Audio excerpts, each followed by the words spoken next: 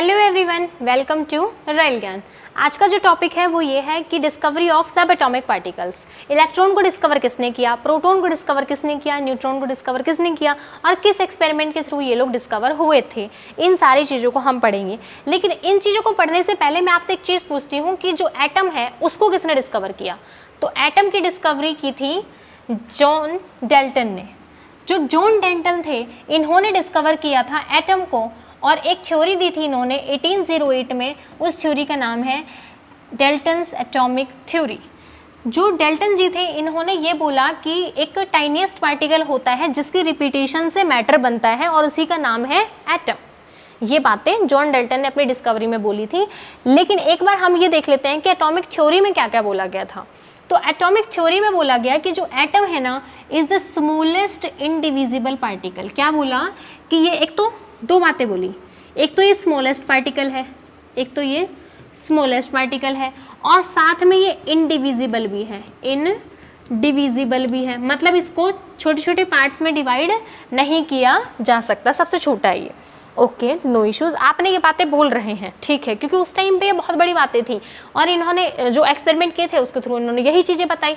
And second उन्होंने क्या बोला कि जो एटम है ना सेम एलिमेंट के वो आइडेंटिकल होते हैं। जैसे एक एग्जांपल समझिए इसके लिए कि एक एलिमेंट है लिथियम, ठीक। इस एलिमेंट में लिथियम के बहुत सारे एटम्स होंगे और ये जितने भी एटम्स होंगे ना ये सब लोग आइडेंटिकल होंगे, आइडेंटिकल होंगे। बोलेंगे कैसे? आइडेंटिकल इन द सेंस कि इनका मास सेम होगा, इनका चार्ज सेम होगा, इनकी केमिकल प्रॉपर्टी सेम होगी, इनका फिजिकल प्रॉपर्टीज सेम होंगे एक दूसरे के साथ। ये सब लोग क्या होंगे? आइडेंटिकल होंगे। ये बातें जॉन डाल्टन की एटॉमिक थ्योरी के अंदर बोली जा रही थी। एंड साथ में इन्होंने एक और चीज़ बोली कि जो एटम होंगे ना वो सिंपल रेशियो में कंबाइन होकर के कंपाउंड की फॉर्मेशन करते हैं। एटम्स जो हैं वो सिंपल रेशियो में कंबाइन होते हैं एंड फॉर्म करते हैं कंपाउंड को। ये सारी बातें डाल्टन्स एटॉमिक थ्योरी के अंदर बोली गई। लेकिन जब ये बातें करेक्ट हैं तो फिर आप तो आज पढ़ाने वाले हैं सब एटॉमिक पार्टिकल्स की डिस्कवरी, तो ये फिर कैसे हो सकता है जब ये टूट ही नहीं सकता। तो देखिए, कोई जब डिस्कवरी करता है ना तो ज़रूरी है कि वहीं डिस्कवर होकर के वहीं पर रोक दी जाए उस डिस्कवरी को, उसके आगे भी ना हम एक्सपेरिमेंट्स परफॉर्म करते हैं। तो एक आए जे थॉमसन, उनको ये चीज़ थी कि नहीं, एटम जो होगा ना वो डिवाइड हो सकता है, उसके अंदर कुछ नेगेटिवली पार्टिकल्स होते हैं, उनको ये था डाउट। तो उन्होंने क्या किया, इंटेंशनली इनको प्रूफ करने के लिए, इनको गलत प्रूफ करने के लिए जो इन्होंने बातें बोली उसके लिए एक क्या किया, एक्सपेरिमेंट परफॉर्म किया। उस एक्सपेरिमेंट से हमें पता चलेगा कि atom having the negatively charge particles and these are known as electrons. तो डिस्कवरी ऑफ इलेक्ट्रॉन पढ़ते हैं जो कि जे थॉमसन के द्वारा हुई थी, ठीक है। सो अब देखिए, इन्होंने जो एक्सपेरिमेंट फॉर्म किया या जो एक्सपेरिमेंट परफॉर्म किया उसमें क्या हुआ। सबसे पहले ली इन्होंने एक डिस्चार्ज ट्यूब ली जो कि मेड अप ऑफ ग्लास थी, ठीक है। एक ट्यूब ली और इस ट्यूब में क्या लगाया, वैक्यूम पंप लगाया और यहाँ से क्या किया, इनके अंदर जो भी एयर जो भरी हुई थी उस एयर को निकाल लिया गया एंड जिसमें जितने भी डस्ट पार्टिकल्स वगैरह छोटे से छोटे जो पार्टिकल्स थे उनको भी बाहर निकाल लिया गया। एंड इसके अंदर क्या फिल किया गया, एक गैस फिल की गई। अब जो गैस होती है, जो एयर होती है, वो जनरली तो कैसी होती है, नॉन कंडक्टर होती है। जो इलेक्ट्रिसिटी है उसके थ्रू नॉन कंडक्टर होती है। लेकिन अब इन्होंने क्या किया, इन्होंने कहा कि भाई इसको कनेक्ट कीजिए हाई वोल्टेज के साथ। जैसे ही इसको हाई वोल्टेज दिया गया, अब जो गैस जो कि किसी के साथ रिएक्ट नहीं कर रही है, एयर किसी के साथ रिएक्ट नहीं कर रही है, अब वो आयनाइज्ड हो गई। यहाँ पे जो गैस थी वो क्या हो जाएगी, आयोनाइज्ड हो जाएगी। क्यों? क्योंकि यहाँ पर हाई वोल्टेज ऑफ करंट यहाँ पर इसको प्रोवाइड कर दिया गया है। एंड साथ में एक और कंडीशन रखी गई कि हाई वोल्टेज तो रहेगा लेकिन साथ में लो प्रेशर भी रहेगा। तो मैं पॉइंट यहाँ पे लिखती हूँ, क्या क्या चीज़ यहाँ पे फिक्स था कि हाई वोल्टेज दिया जाएगा, हाई वोल्टेज, एंड साथ में जो प्रेशर रखा जाएगा वो लो प्रेशर रखा जाएगा, लो प्रेशर यहाँ पर रखा जाएगा। जैसे ही लो प्रेशर किया तो जो हाई वोल्टेज किए थे तो वहाँ से आप क्या किए, दो रोड्स यहाँ पर कनेक्ट की, दो इलेक्ट्रोड्स कनेक्ट की, जिसमें फर्स्ट थी cathode and second is anode. अब आपको ये पता होगा कि कैथोड जो होती है वो नेगेटिवली चार्ज होती है, ये हमको पता है। लेकिन उस टाइम पे जब एक्सपेरिमेंट हो रहा था तो वहाँ पे क्या किया गया था मैं उसको बता रही हूँ। तो जैसे ही कैथोड यहाँ पर कनेक्ट किया और एनोड यहाँ पर कनेक्ट किया, तो ऑब्वियस सी बात है जैसे ही आप यहाँ से हाई वोल्टेज देंगे तो यहाँ से क्या होगा, कैथोड रेज पास करेंगी, यहाँ से क्या होंगे, कैथोड रेज पास करेंगे और एनोड की तरफ आएगी, नेगेटिव मूव करके पॉजिटिव की तरफ आएगा। Okay, no issues. लेकिन क्या ये आपको दिखेगा क्या, वहाँ पर जो एक्सपेरिमेंट कर रहे थे जे थॉमसन, क्या वो उनको नेक्ड आई से दिख रहा होगा क्या ये कि यहाँ पर ऐसे मूव कर रही है? तो उन्होंने क्या किया, दिख नहीं रहा था, इसीलिए उन्होंने क्या किया, एक शीट यहाँ पर लगाई, फ्लोरोसेंट शीट बोलिए या फिर बोलिए कि ZnS की यहाँ पर शीट लगाई गई, जिंक सल्फाइड की यहाँ पर एक छोटी सी कोटिंग कर दी गई। अब क्या होता है, अगर आपने पढ़ा हो तो जिंक सल्फाइड पे जब कुछ चीज़ आकर के स्ट्राइक करती है तो वहाँ पर क्या होती है, स्पार्क पैदा होता है, वहाँ पर लाइटनिंग होती है। तो अब यहाँ से हमें दिखेगा चीज़ें, भाई यहाँ से गया नेगेटिवली चार्ज मूव करा, ये यहाँ से कैथोड रेज निकल रही हैं, जो कैथोड है इलेक्ट्रोड, वहाँ से क्या हुआ, निकल रही थी कैथोड रेज। अब हमें दिखा नहीं, तो दिखने के लिए हम क्या किए, यहाँ पर कर दिए एनोड में छोटे छोटे होल्स। इसको मैं दूसरे दिखा दे रही हूँ, यहाँ पे क्या कर दिए, एनोड में छोटे छोटे होल्स कर दिए गए, जिससे कि क्या होगा, ये एनोड पे जाता तो हमें दिखता नहीं। अब जैसे ही हमने होल्स किए तो जैसे ये जब जाएगी रेज तो ये होल्स के थ्रू बाहर निकलेगी, और बाहर निकलते ही अगर ZnS से टकराएगी तो वहाँ पर स्पार्किंग होगा, लाइटनिंग होगी। तो उन्हें यही चीज़ देखने को मिला कि यहाँ से कुछ पार्टिकल्स मूव कर रहे हैं, कैथोड रेज में जो पार्टिकल्स हैं वो मूव कर रहे हैं, और इस होल से होते हुए जैसे ही ZnS से स्ट्राइक कर रहे हैं, यहाँ पर क्या हुआ, लाइटनिंग हुई, यहाँ पर स्पार्क हुआ। ओके, नो इश्यूज़, यहाँ तक ठीक है। अच्छा, तो अब ये कैसे पता चलेगा कि यहाँ से जो गया ये नेगेटिवली चार्ज ही है? तो इसके लिए भी उन्होंने यहाँ पर बहुत सारे सेटअप किए। तो ध्यान रखिए, एक्सपेरिमेंट सिर्फ इतना ही नहीं है, उन्होंने बहुत सारी चीज़ें यहाँ पर लगाई। अब देखिए कैथोड रेज के लिए उन्होंने क्या कहता है कि जो कैथोड रेज है, कैथोड रेज कौन सी क्या है, वैसे जो रेज कैथोड की तरफ से निकल करके एनोड की तरफ जा रही है, उन रेज को यहाँ पे नाम दिया गया था कैथोड रेज। इसीलिए इस एक्सपेरिमेंट का नाम होता है cathode ray tube experiment. Okay, CRT experiment. तो देखिए यहाँ पर कैथोड रेज के बारे में बोला गया कि ये है ना स्ट्रेट लाइन ट्रैवल करती हैं, स्ट्रेट लाइन ट्रैवल करती हैं। तो इस बात को कैसे आप प्रूफ करेंगे कि स्ट्रेट लाइन ट्रैवल करे? तो इन्होंने क्या किया, यहाँ पर एक ऑब्जेक्ट लगाया, एक ऑब्स्टेकल लगाया, यहाँ पर एक ऑब्स्टेकल लगाया। अब आप खुद सोचिए कि जब आप फ्लैश लाइट ऑन करते हैं अपने मोबाइल की और एकदम सीधा लाइट जाती है इस तरीके से, लेकिन जैसे आप अपना हाथ वहाँ पे रखते हैं तो क्या होता है, वो हाथ की इमेज काफ़ी बड़ी सी बनाता है, ऐसा ही होता है ना। तो यहाँ पर उन्होंने भी ऑब्जेक्ट जब यहाँ पर रखा तो यहाँ पर ये जा रही थी सीधा, अब रुकी, अब क्या हुआ, इसकी इमेज बनने लगी। तो इमेज जब बनी ना तो वो सेम साइज़ की बन रही थी। तो अब यहाँ से क्या क्लियर हुआ कि ये चीज़ें हैं ना स्ट्रेट लाइन में ट्रैवल कर रही हैं। ओके, तो यहाँ से ये भी बता दिया गया कि जो कैथोड रेज होती हैं वो स्ट्रेट लाइन में ट्रैवल करती हैं। एंड साथ में एक और चीज़ समझिए कि ये नेगेटिव चार्ज है, ये कैसे पता चला? ये पता चला जब यहाँ पर इन्होंने एक पॉजिटिव एंड कनेक्ट कर दिया और एक नेगेटिव टर्मिनल कनेक्ट किया। तो जैसे ही यहाँ से जो पार्टिकल्स निकल रहे थे वो ऐसे ना जाके इधर साइड पे डिफ्लेक्ट होने लगे। तो जब ऊपर में पॉजिटिव है तो अब पॉजिटिव की तरफ कौन अट्रैक्ट करता है? ये तो पता ही है कि पॉजिटिव की तरफ कौन अट्रैक्ट करता है, इलेक्ट्रॉन या नेगेटिवली चार्ज पार्टिकल्स अट्रैक्ट करते हैं। तो यहाँ से हमें ये पता चला कि यहाँ पर जो पार्टिकल्स प्रेजेंट हैं जो कि कैथोड रे से निकल रहे हैं तो वो कैसे हैं, नेगेटिवली चार्ज हैं। ये सारी चीज़ें इस एक्सपेरिमेंट में की गई और इसी पार्टिकल का नाम जे थॉमसन ने क्या रखा, इलेक्ट्रॉन नाम रखा। आई होप कि एक्सपेरिमेंट आपको समझ में आया होगा। इस एक्सपेरिमेंट को सही से समझिए तो आपको प्रोटॉन भी क्लियर हो गया, आप इस चीज़ को भी बिल्कुल निश्चिंत रहिए। तो देखिए अब क्या सब है यहाँ पे किया, एक बार फटाफट से पढ़ लेते हैं लैंग्वेज में कि ग्लास ट्यूब ली गई थी जिसके अंदर एक गैस भरी गई थी एट द लो प्रेशर। एक चीज़ और ध्यान रखिएगा कि गैस आप यहाँ पे कोई भी ले सकते हैं, आप हाइड्रोजन ले लीजिए, आप नाइट्रोजन ले लीजिए, कोई सी भी ले लीजिए, कोई फ़र्क नहीं पड़ेगा। क्यों? क्योंकि जब हम हाई वोल्टेज दे रखे हैं तो वहाँ पर कोई इशूज़ नहीं होने वाला है। आप चाहे किसी भी तरीके की गैसेस लीजिए, कोई हल्का फुल्का नेग्लिजिबल इफेक्ट होगा, ठीक है। और क्या बोला, 2 इलेक्ट्रोड्स कनेक्टेड, क्या किया हमने वहाँ पर 2 इलेक्ट्रोड्स कनेक्ट किए गई और जिससे हमने क्या कर दिया, हाई वोल्टेज से उनको कनेक्ट कर दिया। एंड वहाँ से जो रेज जो इमिट हुई, जो रेज वहाँ से निकली वो क्या हो रही थी, कैथोड से निकल रही थी, इसीलिए उनको कैथोड रेज बोला गया। और कैथोड से निकल के वो एनोड की तरफ जा रही थी। And these rays was deflected by the electric and magnetic field. इन रेज के अंदर देखा गया कि इलेक्ट्रिक फील्ड और मैग्नेटिक फील्ड के जब यहाँ पर प्रेजेंस की जाती है तो डिफ्लेक्ट होती हैं, जैसे कि अभी थोड़ी देर पहले बताया था पॉजिटिव टर्मिनल की तरफ डिफ्लेक्ट हो रही थी, बाकी वैसे वो सीधी चलती हैं। एंड यहीं से हमें क्या पता चला, hence they carry negative charge, ये अपने ऊपर नेगेटिव चार्ज कैरी करती हैं, यहाँ से ये बातें पता चली और इसी का नाम क्या रखा गया, इलेक्ट्रॉन नाम रखा गया। बिल्कुल याद रखिएगा कि किस साइंटिस्ट ने इनकी डिस्कवरी की थी, तो जे थॉमसन ने इनकी डिस्कवरी की थी।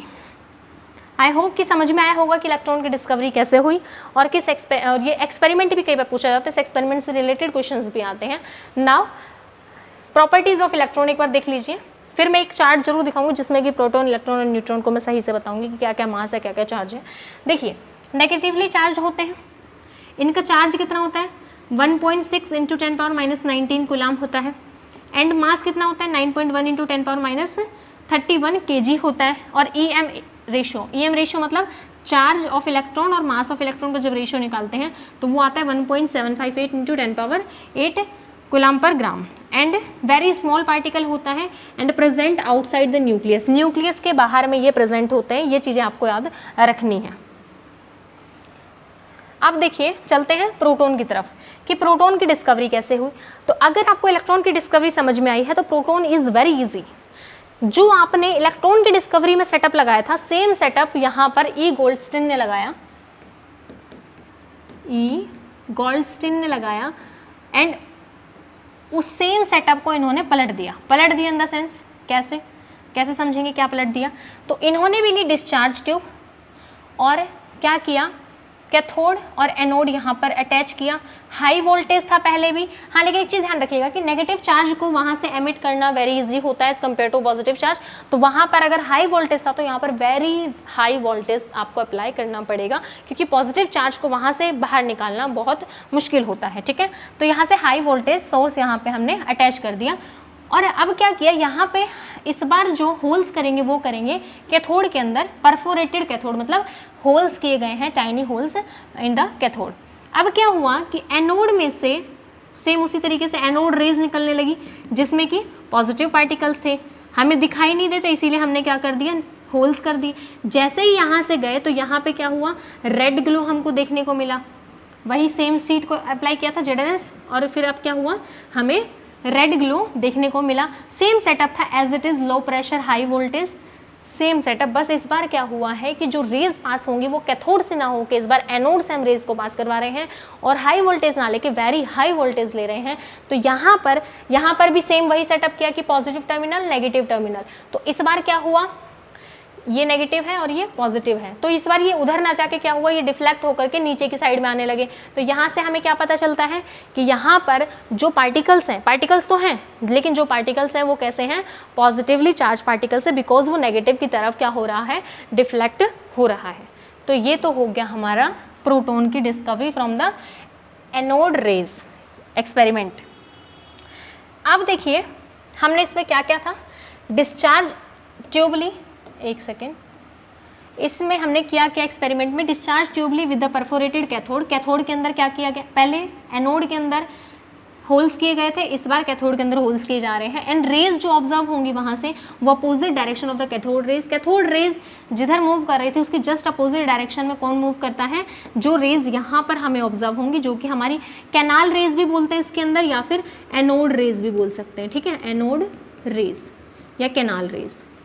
Now these were positively rays, ये पॉजिटिवली रेज हैं इसीलिए इनका नाम क्या रखा गया, कैनाल रेज रखा गया। Each rays particle had positive charge, ये कैसे पता चला, वही इलेक्ट्रिक फील्ड और मैग्नेटिक फील्ड लगाने पर। तो जब पॉजिटिवली चार्ज यहाँ पर निकला तो ध्यान दीजिए नाम किसने दिया, इस चीज़ को बिल्कुल ध्यान रखना पड़ेगा। जो एक्सपेरिमेंट हुआ वो ई गोल्डस्टीन परफॉर्म कर रहे हैं, बट इनका जो नाम दिया था वो दिया था रदरफोर्ड जी ने, रदरफोर्ड का एक गोल्ड फॉइल एक्सपेरिमेंट है, उसको भी हम नेक्स्ट वीडियो में कवर करेंगे। अभी बस ये देख रहे हैं कि सब एटॉमिक पार्टिकल्स की डिस्कवरी कैसे हुई थी। तो रदरफोर्ड ने इनका नाम क्या रखा, रदरफोर्ड जी ने इनका नाम रखा, जो पॉजिटिव पार्टिकल्स होते हैं हम उनको बोलेंगे प्रोटॉन इन द एटम। तो ये तो हो गया discovery of proton. I hope कि आपको समझ में आ रहा होगा। अगर आपको वीडियोस अच्छी लग रही हैं और आपको क्लियर हो रहा है कॉन्सेप्ट, सो प्लीज़ चैनल को सब्सक्राइब करिएगा और वीडियो को ज़्यादा से ज़्यादा शेयर कीजिएगा। नाउ अब प्रॉपर्टीज ऑफ, जैसे हमने इलेक्ट्रॉन पढ़ा है वैसे एक बार प्रोटॉन भी पढ़ लेते हैं कि प्रोटॉन पे चार्ज कितना होता है, उसमें -1.602 था, इसमें सेम चार्ज दोनों पे सेम होता है। इसीलिए ना, इसीलिए एक चीज़ ध्यान रखना कि जो एटम होगा ना वो न्यूट्रल होता है, एटम न्यूट्रल होता है, मतलब जितना पॉजिटिव रहेगा उतना ही उसके पास नेगेटिव भी रहता है। तो इलेक्ट्रॉन पे जो चार्ज था वही चार्ज प्रोटॉन पे होता है बट पॉजिटिव वे में। तो क्या होगा 1.6 × 10⁻⁻19 कूलम प्लस का। मास कितना होता है प्रोटॉन का, तो वो होता है 1.6 × 10⁻27 kg, इसी को 1 AMU भी बोलते हैं। नाउ प्रेजेंट इन न्यूक्लियस, वो न्यूक्लियस के बाहर थे, आउटसाइड द न्यूक्लियस प्रेजेंट थे, ये न्यूक्लियस के अंदर प्रेजेंट है। And stable and heavier than electron, ये कैसे हैं, स्टेबल हैं और हैवियर देन इलेक्ट्रॉन होते हैं। इलेक्ट्रॉन का जो मास होगा उससे ज़्यादा मास किसका होगा, प्रोटॉन का होगा। अब देखिए हम चलते हैं प्रोटॉन, उसकी इलेक्ट्रॉन पढ़ लिया, प्रोटॉन पढ़ लिया, अब चलते हैं न्यूट्रॉन की तरफ। अच्छा एक बात बताइए कि जब इलेक्ट्रॉन और प्रोटॉन की डिस्कवरी हो गई तो न्यूट्रॉन के बारे में किसके मन में आया और क्यों आया ऐसा। तो जब गोल्डस्टीन ने और जे थॉमसन ने अपना एक्सपेरिमेंट परफॉर्म किया, रदरफोर्ड ने उनका नाम प्रोटॉन रखा, ये सारी बातें हो रही थी, तो यहाँ पर क्या किया गया, एक मास रेशियो निकाला गया कि प्रोटॉन का मास और इलेक्ट्रॉन का मास जब सम किया और एटम का जो टोटल मास निकाला तो वहाँ पर 19-20 का कुछ फ़र्क आ रहा था, मतलब वहाँ पर कुछ मास कम पड़ रहा था। जैसे मैं आपसे एक बात बोलूँ कि एक मेरे पास ना बैग है, उस बैग में मैंने 12 kg क्या डाले हैं, एप्पल डाल रखे हैं, ठीक है, इसमें क्या है 12 kg एप्पल्स हैं, लेकिन जब मैं इसको तराजू पे रखती हूँ तो इसका जो वेट आ रहा है ना वो 15 kg आ रहा है। इसका मतलब आप समझ सकते हैं ना कि 12 kg आपने बोला कि एप्पल है, लेकिन फिर 3 kg क्या है, तो 3 kg भी यहाँ पर कुछ और, तो चाहे दुकानदार डाला हो चाहे आपने डाला हो, वहाँ पे कुछ और ज़रूर है। तो सेम इसी तरीके से वहाँ पर भी मास का किया गया, इलेक्ट्रॉन और प्रोटॉन का मास किया तो एटम के मास के बराबर नहीं आया, वहाँ पर कुछ डिफरेंस था। तो फिर यहाँ पर एक साइंटिस्ट आते हैं जिनका नाम है जेम्स चैडविक, मैं यहाँ पर लिख देती हूँ, जेम्स चैडविक जी ने एक एक्सपेरिमेंट अब परफॉर्म करेंगे जिससे कि वो बताएंगे कि न्यूट्रॉन नाम की भी कोई चीज़ होती है। सबसे पहले एक चीज़ समझिए कि इसको हम डिस्चार्ज ट्यूब एक्सपेरिमेंट के थ्रू नहीं निकाल सकते हैं, ऐसा क्यों, इसका आंसर आप दीजिए। मैंने बता दिया नहीं निकाल सकते हैं, लेकिन क्यों नहीं निकाल सकते इसका आंसर आप कमेंट सेक्शन पे जल्दी से दीजिए। तो देखिए इसका रीज़न हम ही बताते हैं कि जो न्यूट्रॉन होता है ना, न्यूट्रॉन कैसा होता है, न्यूट्रल होता है, उसके पास कोई चार्ज नहीं होता है। इस वजह से आप उसको कैथोड और एनोड से निकाल करके नहीं देख सकते हैं कि किधर डिफ्लेक्ट हो रहा है, क्या कर रहा है, क्या नहीं कर रहा है ना। तो इसीलिए उस एक्सपेरिमेंट से न्यूट्रॉन की डिस्कवरी इज़ नॉट पॉसिबल। तो इन्होंने जो डिस्कवरी की उसमें क्या किया, इन्होंने यहाँ पर एक बेरिलियम शीट लगा दी। अब ध्यान रखिएगा, उनको ये नहीं पता था ना कि बेरिलियम शीट ही लगानी, उन्होंने बहुत सारे एक्सपेरिमेंट किए थे, लेकिन जो सबसे बेस्ट रिजल्ट आया था वो बेरिलियम शीट से आया था, इसीलिए बेरिलियम शीट को हम पढ़ते हैं। तो चैडविक जी ने क्या किया, बेरिलियम शीट लगाई और यहाँ से क्या किया, अल्फा पार्टिकल्स की बम्बारिंग की, अल्फा पार्टिकल्स की बम्बारिंग की। जैसे ही अल्फा पार्टिकल इसके ऊपर डालते हैं तो यहाँ से कुछ पार्टिकल्स इमिट होते हैं, यहाँ से कुछ पार्टिकल्स इमिट होते हैं, और जब यहाँ ये पार्टिकल्स इमिट हुए और जब यहाँ पर इलेक्ट्रिक और मैग्नेटिक फील्ड लगाया गया तो इसके अंदर कोई डिफ्लेक्शन देखने को नहीं मिला, मतलब नो डिफ्लेक्शन। यहाँ पे किसी भी तरीके का डिफ्लेक्शन देखने को हमें नहीं मिला। तो इसका मतलब ये तो इलेक्ट्रिकली न्यूट्रल होते हैं, ना तो पॉजिटिव चार्ज है ना तो नेगेटिव चार्ज है। तो यहाँ से जो पार्टिकल्स निकले उन पार्टिकल्स को क्या नाम दिया गया, उन पार्टिकल्स को नाम दिया गया न्यूट्रॉन, जो कि किन्होंने दिया, जेम्स चैडविक जी ने दिया। तो इन्होंने क्या किया, bombarded beryllium with the alpha particle की बम्बारिंग की टू द बेरिलियम शीट। तो वहाँ से न्यूट्रल रेडिएशंस एमिट हुई जिसके अंदर कोई डिफ्लेक्शन नहीं था टुवार्ड्स द इलेक्ट्रिक फील्ड और towards the magnetic field. Discovered neutral particle, तो यहाँ से क्या हुआ, एक न्यूट्रल पार्टिकल डिस्कवर हुआ और जिसका नाम क्या रखा गया, न्यूट्रॉन नाम रखा गया, जो कि इलेक्ट्रिकली कैसा होता है, न्यूट्रल होता है। Neutral means no charge, no charge. अभी तक हमने पढ़ा इलेक्ट्रॉन पे पॉजिटिव चार्ज, नेगेटिव चार्ज होता है, प्रोटॉन पे पॉजिटिव चार्ज होता है। चार्ज भी हमने देख लिया कि 1.6 × 10⁻⁻19 कूलम होता है, लेकिन न्यूट्रॉन पे कोई चार्ज होता ही नहीं है। ये तो हो गई आपकी न्यूट्रॉन की डिस्कवरी। एक बार फटाफट से देख लेते हैं इलेक्ट्रॉन, प्रोटॉन और न्यूट्रॉन के बारे में, फास्ट में समराइज कर लेते हैं। सो देखिए इलेक्ट्रॉन का साइज, एक तो साइज है, तो देखिए दोनों का साइज, और यहाँ पर है इलेक्ट्रॉन। एक चीज़ समझिए कि इलेक्ट्रॉन के ऊपर मास ऑलमोस्ट नेग्लिजिबल होता है, लेकिन इन तीनों में अगर आपसे क्वेश्चन अराइज हो कि सबसे ज़्यादा मास प्रोटॉन का है, इलेक्ट्रॉन का है या न्यूट्रॉन का, किसका है, तो आपका आंसर होना चाहिए न्यूट्रॉन। ऑलमोस्ट बराबर होता है बट थोड़ा सा अंतर होता है, इसीलिए हम बोलते हैं कि जो मास है वो ज़्यादा किसका है, न्यूट्रॉन है in all the sub atomic particles.